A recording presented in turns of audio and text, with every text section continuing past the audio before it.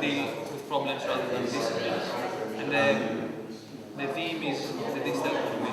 So if we're talking specifically about social innovation and the social economy in a way, why not create a program, for example, drawing from all these resources and design specifically and entrepreneurship specifically to deal with this type of program. So just as a philosophy, it was really risky for the university to make a bid, and for those that gave the money, it was riskier. This was HSRC. Yeah, it's EDC, the Doctoral Training Center. What's it called? At the Doctoral Training Center, Taiwan Doctoral Training Center. So this could be an example of how institutions could sort of say, okay, the management school is going to work with computer science and design on dealing with the digital economy. So why not make other types of communication? So subject because you've got this dealing with design thinkers and community. So somebody that's interested to connect to community and include these assumptions that all the MBAs but they're in that space. Because they're really interested in my university, I try to find a supervision of management school because they relate to entrepreneurship, is what they do. But when I say, what about social entrepreneurship? They are not very comfortable. So you need within the university. Maybe if you already have this champion, it's bound to be easier. I know. Also, I mean, there's lots of design departments that are not engaged with the idea of social learning. They're not prioritised.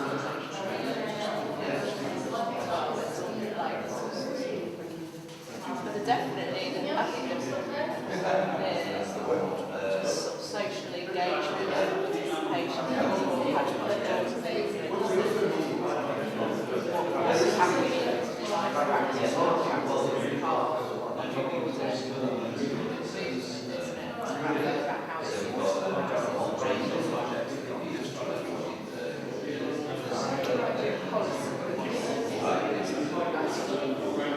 I like your idea of policy.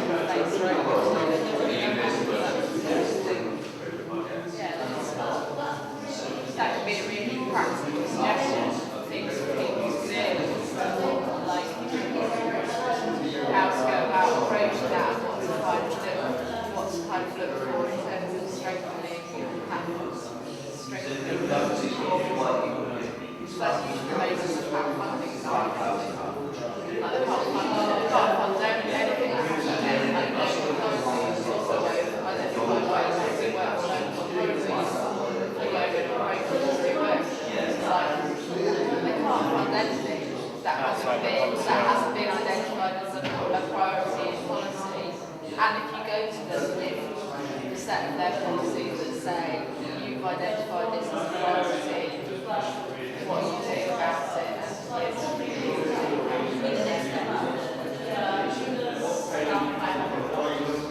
the way in, sort of understanding that.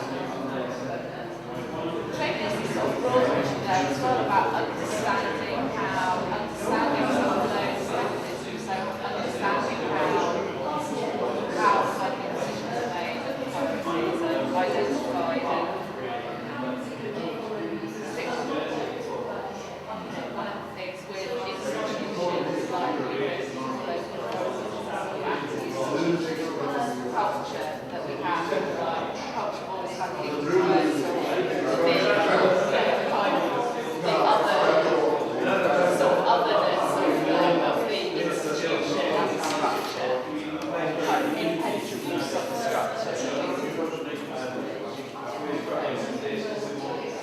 that we like to sort of demonise, and actually maybe one of the things that we can do as a community is actually share strategies that have worked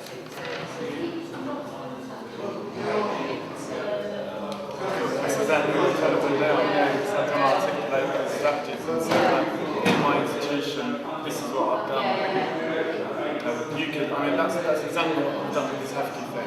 We linked, I went after the funding, got it, linked up with our enterprise department and supported with decent academic staff. That's what we did. And it gave us something to talk about in terms of trying to promote this activity inside the institution. It gave us something concrete to talk about. Not just, hey, why don't you do a social engaged project? Hello, we've got money, we can pay you if you want to get involved in this type of work. And we'll support you.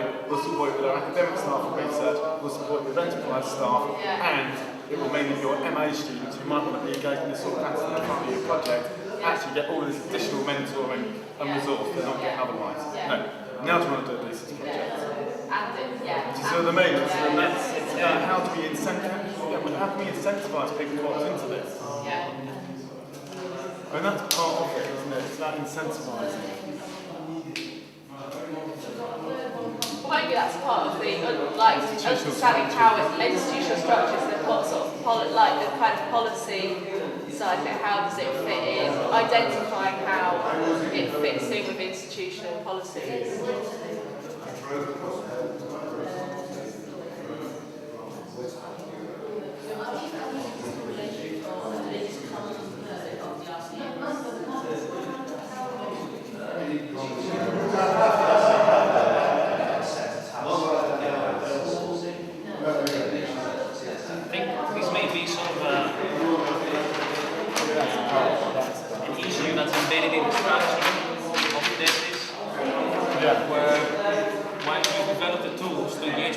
Like this, there's no central, I don't know if there is something, but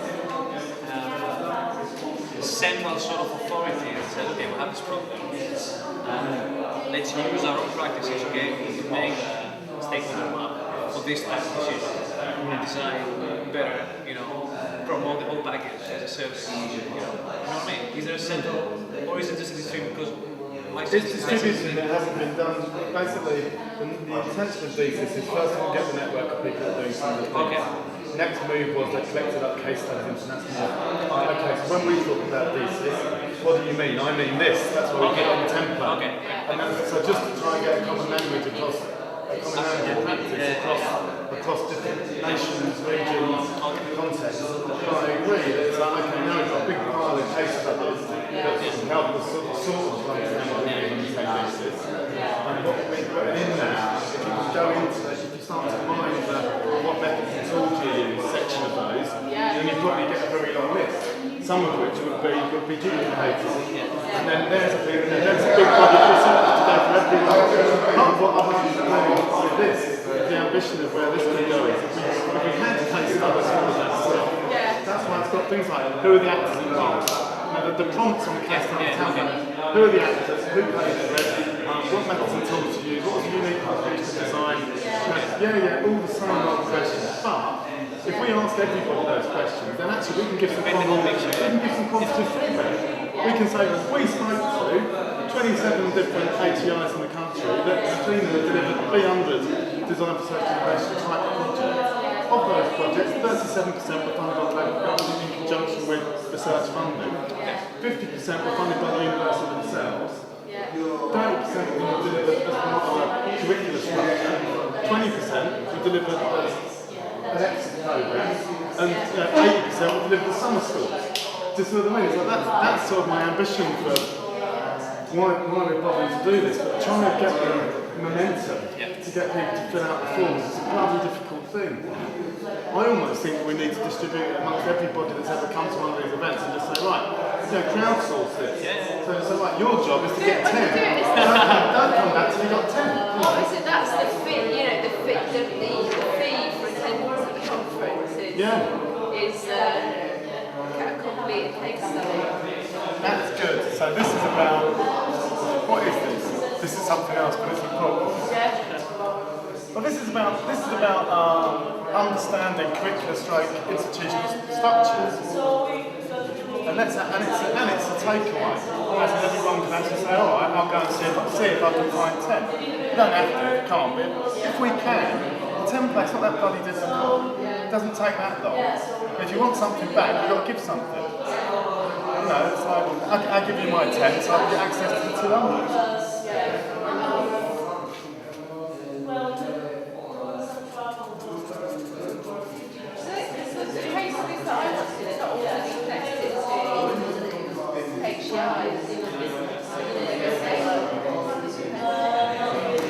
As long as we can capture that, so we can put that as a subset over there, so we can go, okay, of all these types of planning projects, they're funded like this, of the ones where HI is involved, because that becomes interesting then.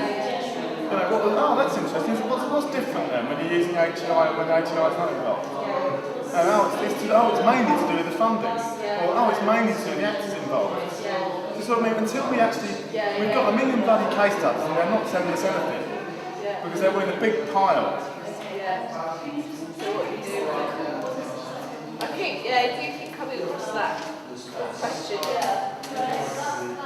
I went to a conference in a communications institute at Leeds Uni, and there was a conference on communications in the city.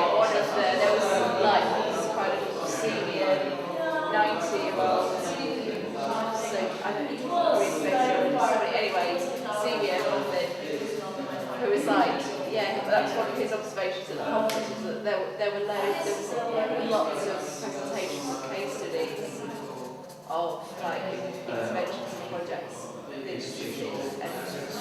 less like theorising as to what it all meant, which seems to be a kind of, it seems to be something that's kind of happening across fields and people collecting all these case studies, examples of projects, but how to thesis is really much about completely, that's that we're all kind of going, this is all really interesting, I really want to know how brackets are interacting with that, but I really wanted, someone to go, I've looked at 5 case studies from DCs and the thematic themes coming out of this, a case study analysis. Can we make this my PhD, baby? I'm doing it. You're doing it. Around different topics. Sorry, if you're joking, I'm about to take this in. I apologise. My topic is entrepreneurship and design in the context of social innovation, so it's very, very relevant. I'm only now designing the case study, basically. But it's pretty chaotic, so I can't say that everything is fixed. So I'm very open to doing more, because I'm really interested in this topic. Let's have a conversation.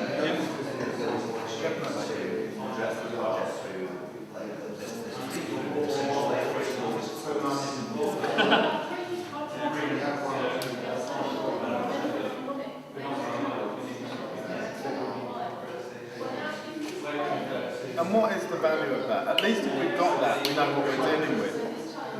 And within those sections about evaluation and impact that we've added to the template, which was never there in the original template, it's like, don't scare them, it's like, don't mention impact. Do you know what I mean? It was a bit like that when we all first met up that time, wasn't it, in France? And we were all going, but but what's the impact? How would you prove that this stuff works? He almost stopped talking. He almost stopped talking to us. So I thought we were going to get sent out.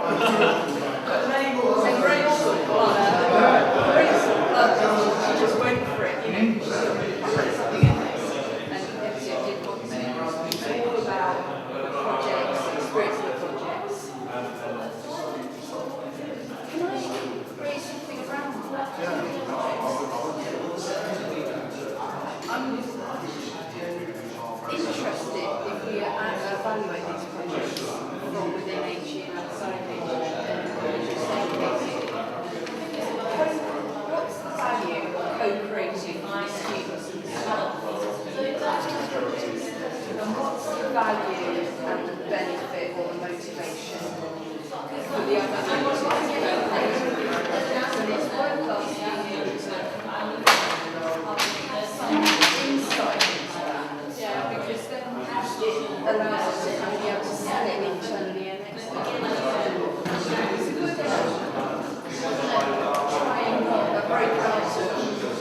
just a perspective of being personally motivated and understanding the motive for co-creating of the individual, but also the communities that we're working in as well. So, am I making any sense of that? Yeah, I was working, I was saying that I'm working on it in terms of research projects and practice-based projects.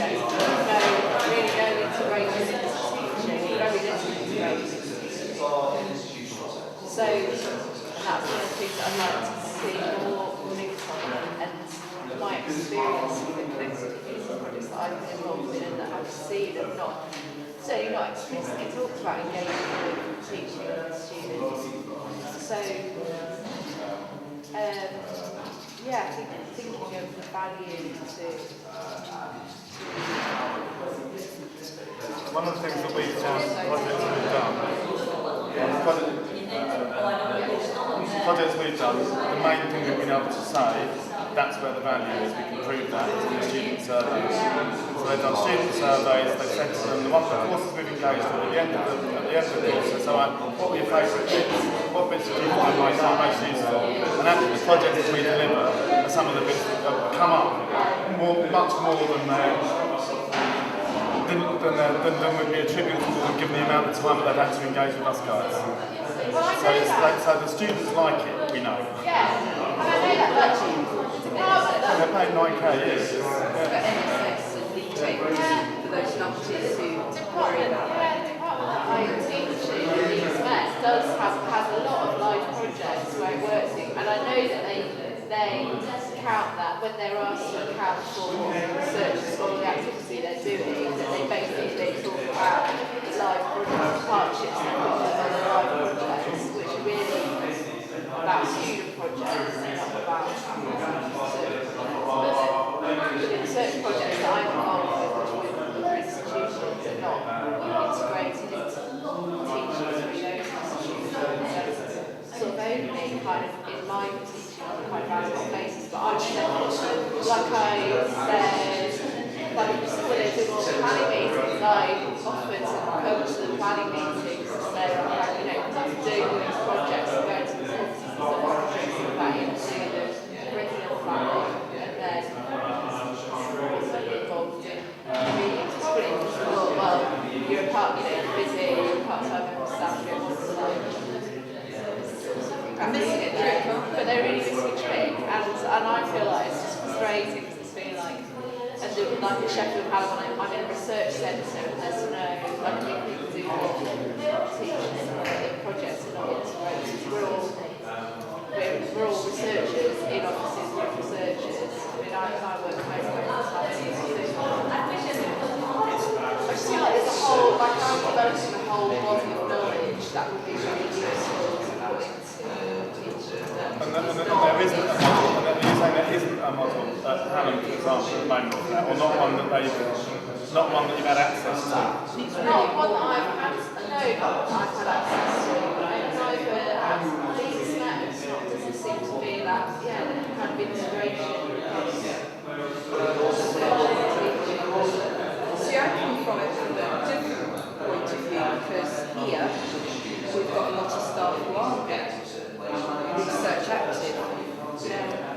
their practice active, and we've got to find a way of getting a slither as research, you know, like a bright rock or something, into that practice. So we've got to find research methods and tools to help them do that. And the way we're doing it, partly to begin with, is through these new postgraduate courses and doing live projects, placing a researcher like Katie into those practice-led live projects to enhance the research capability of that live project for students. One, because we want students to have those skills and that knowledge to be exposed to. Two, we want our bloody staff to be exposed to skills. So we're actually using and intellectualising and researching, if that's a word, of our live projects into the curriculum. So we're doing it the other way around. And that's what I did at Kingston. I actually, in the end, because I didn't have any time to do research, used my postgraduate taught students as my laboratory and used their research and their projects in the laboratory. And ironically, I haven't had time to mine it since I've been here, because, and I think that is delicious for a senior academic like me, who is in an institution, in an art school setting, where we don't have the big research centres yet, like Sheffield Hallam and University Arts. And we're trying to generate research from the teaching and learning curriculum. It's almost like Does that make sense? It's almost like a systems design problem, isn't it? Yes, like it is. solving the problem of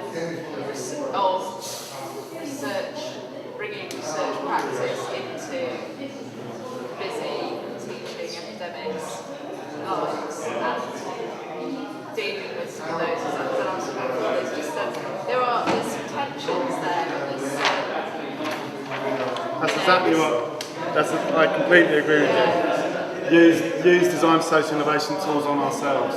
Yeah. You know, we've got to map out who those actors are in the institution. Yeah. We've got to map out what their agendas are. We've got to map out what they represent in terms of assets. We've got to spot the synergies, spot the conflicts, amplify the synergies, deal with the conflicts. You know, it is the first job to be done. I agree. The first job of any project is design the bloody project. Yeah. That's the first design job. Because that was one of the things that I did when I was a research assistant guy before I started my PhD, was trying to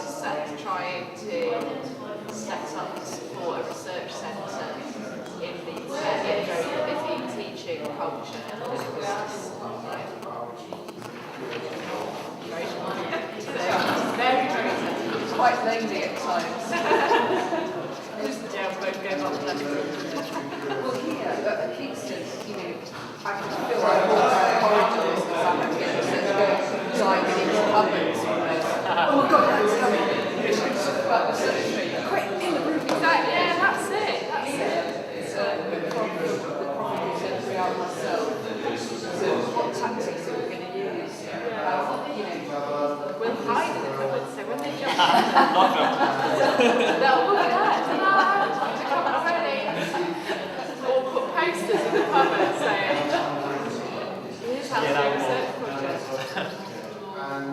we just thought, how do we give them goodies with a research agenda attached to it and live projects and so they almost learn what we want them to learn by osmosis through these DC type projects or other type of projects. We've got lots of staff who are interested in this area of research tactics, you know, in terms of their own personal motivations and interests. 3 weeks. And they're in the room and they're absorbing. There's a whole set of knowledge and skills that goes into becoming research active as well. And even really, because I know, like I've worked with colleagues that have come in, so what's happened, you know, we've had a short conversation and these have a lot of staff who come in that come in from practice and then they're told that, you know, they're kind of expected to do research and they've got really, and it's just really, really, it's a simple thing. like, how does the kind of, what's the process of getting to a conference? How do you write an abstract? What's the, how do you take someone through that reviewing process for the first time? So all those really simple expectations, but it's a complex system to get your head around. And when you're cultural practice and you're learning how to teach as well and how to do it at university, there's lots of barriers, which is why it's a design project in itself, isn't it? But I think the integration of that, we're talking about the relationships of HEIs and how we integrate all of this stuff into the curriculum, grow it as a community into practice. I think we need to deal with that somehow. I think that it happens really well in some places. In some ways, whatever we come up with today, everything could pivot out from that, couldn't it? Use the tools. I'm over here, I'm starting a page which is on, based on what we're talking about here, what are the research questions that are coming out of this? And part of it is about how can we, if we want to move on from here, I think from the conversation we're having, I think we've all articulated in different ways that there's a job to be done, and it's not an inconsiderable, hey, let's just chuck this out on the side of the network job. It's a proper piece of work that needs doing. What this network needs to do is demonstrate the opportunity and the need for that piece of work. So if what we can do is we can get everyone in this room to go, actually, I do think this is important, I am prepared to do something after this event towards this happening. And in addition, and to do that then, what we need to do is a final shove with this network project to finally collect up some examples. So we've got some quantitative as well as qualitative data. So it's not just a website with a bunch of nice videos, which is a great learning resource, but it's just sitting there and it's like, okay, yeah, they did something, yeah, they didn't sort of just go on and play with the money. They did do something, they did meet each other, they did exchange knowledge, they did create some learning resource stuff people can use. Okay, we won't get in trouble for that, we love it. But in terms of actually doing something that really identifies what the challenges are and moves us on, we need more. We need to spend the last 3 months really collecting up more material, really being able to say, right, 20% do it like that, 30% do it like that, 8% do it like that. There's a bloody really big need out here for working out how we relate to this work inside HE and how we relate to this work outside HE. And that's a big project. We want to use all the tools that we use on everyone else on ourselves. A bit like what us creators have done, but in a very different context, in the context of how do we deliver DSIS in UKHE. Well, number one, we know you don't just deliver it in UKHE, you deliver it out there as well. Which actually means that from the focus of UKHE, you end up tackling a much bigger problem or a much bigger issue, much more impactful question. So I think but I think what's required is we need to bloody well push this network thing to get something tangible out the other end of it. So we need to be able to say we spoke to 300 people and here's some quantitative stuff. But at the moment we've got like 12 case studies there, 10 case studies there. It's pretty good, but it's fine. It's fine. But I wouldn't necessarily guarantee us £1 million quid to go and find out more. I'm just trying to think of No, you're not at all. I'm just trying to think of other examples of like projects or networks that have done something similar across HEIs, and I was thinking about the writing pad project. The what? The writing pad project. Yeah. I know of it. I was just thinking about that because that was something that had, it was like a sort of HEI network, and they set up a journal, and they had like a series of grants where they did stuff, and that was about developing a particular type of educational practice that was around writing and critical contextual studies in art design. But I'm just thinking about what kind of other examples of projects that have tried to bring in. That was sort of focused on pedagogy rather than something more integrated, but I think it was quite good. This piece of work isn't going on inside Connected Communities, is it? Yeah. There isn't anything specific to HE from what I can see. It's mainly looking outside and how we're working out there with people. Is that right? Yeah. Yes, it's all What we're trying to do here is join that out, aren't we? Yeah, that's more about how do we support? Is it more about how do we support people in HE to engage in those kinds of projects and to connect up between those kinds of projects? For me, it's open innovation and research. That's about, my understanding of it is that academics aren't the ones that know it all when we come to talk about communities. Yeah. So we need to work out some new ways that we can deliver research where it has it's a bit like citizen. It's really connected communities, citizen research. How can HE enable citizen research? Yeah. That's sort of, Well, there is that big, it's that this co-design research funding scheme is about recognising that community partners should be devising and delivering research as well with community partners.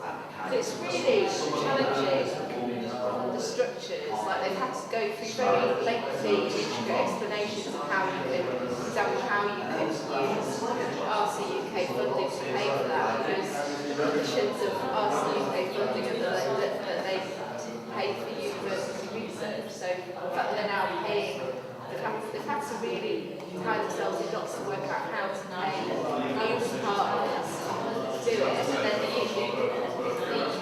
AHRC have kind of put out some guidance that most of the universities are then really struggling because their financial systems aren't set up for it, and their financial systems are set up to be really tightly controlled and use the consultancy. So they basically funders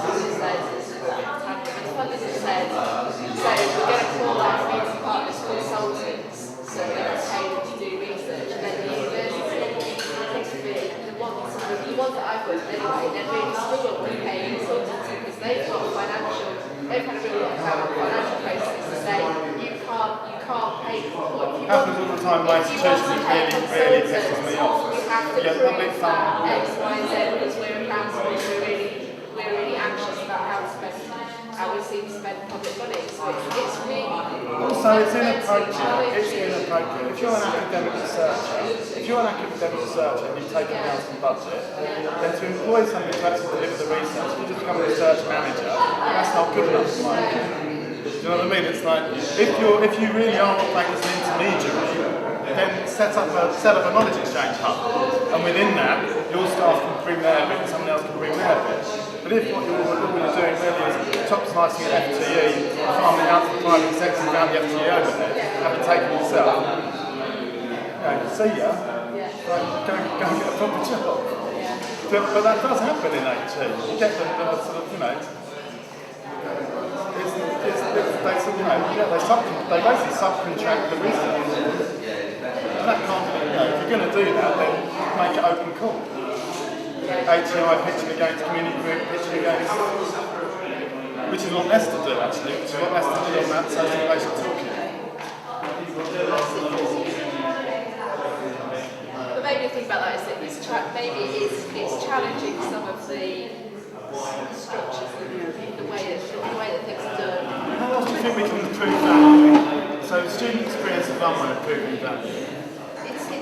I always like it so well the cyclical thing, which is, and it's where you start in that circle, so you've got kind of enterprise into research, into teaching. People will start at different parts of that circle, so you start in enterprise, lots of research components. Yeah. But most of the time, it might actually start with the enterprise bit, because depending on you've been asked to do a particular consultancy project, which you do, and then it will go into research, and then hopefully, if it all adds up, somewhere it'll go into teaching. And what We scope with enterprise. We develop with research with some of the enterprise partners that we scope with become partners of research. And then once we've got something decent in research, we then actually test it in teaching. So we iterate it to get resources right. And then we go back to enterprise and we think we got it right. Now we're charging for it. I think we just stop and then do a little feedback. Because it's too long. I think we can have kind of 5-10 minutes each for feedback. Are we going to do the scenario? Part of ours is about that anyway, in terms of where we go next.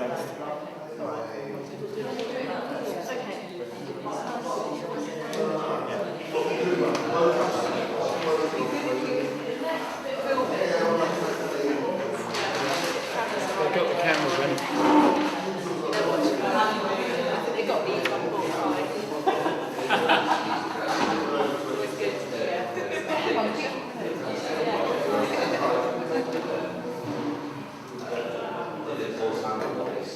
It's exhausting. I've got to go to some form 3, so if I just stand out, then it'll be very well. So I've got to go tomorrow, back here tomorrow. Yeah, I've got a pretty intense one. We've got loads to do. Obviously, don't do so it's just like it's like a roadshow. Every half an hour you're like doing the same talk.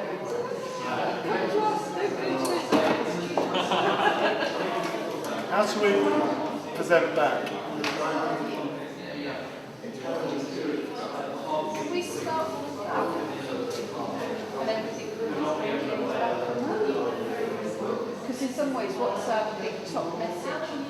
I think the things we've looked at really is enterprise and value.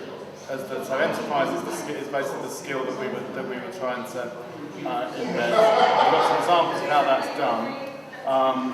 But in terms of how to do that, open up the can of worms about how do you demonstrate that doing this sort of social innovation, social enterprise project with students is worthwhile. And when you critique that sort of proposal, then we have to get into the ways that we can prove value. So one question is, okay, well, how do you prove the value of this? And in answer to how do you prove the value of this, it's now well, methods that we already have are student experience, learning resources, supporting teaching experience, supporting tutors and delivering teaching. But are there other ways that we can prove that value? Some of the challenges that we've got around linking research and teaching, so the connecting of research and teaching, incentivising the introductions. So we've got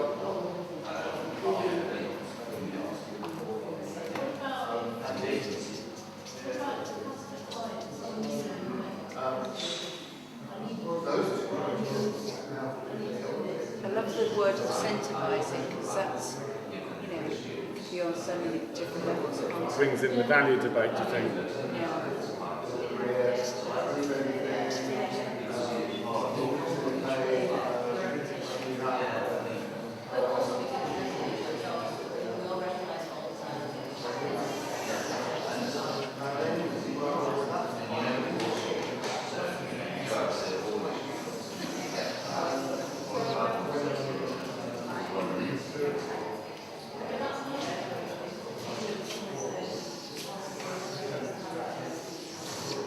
Projects into teaching. We've got researchers into projects. We need something on resources. How do we capitalise on the resources? I suppose part of that is actually understanding what resources we have. I see my brain is starting to close down. Too much margarita. This comes in here, I think, with the actors, agendas, exactly. assets. I was about to say.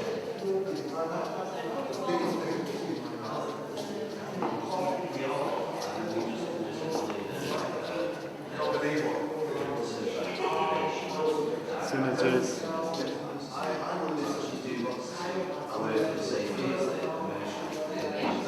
It's 2 o'clock? Yeah, should we feed that? Okay, everybody. Should we take this last little bit of time to feedback together? Just some feedback table by the table and see where we've got to. Should we film this? Should we film this? So we've got the perspective catch up. Might as well do it here right, rather than all move next door again.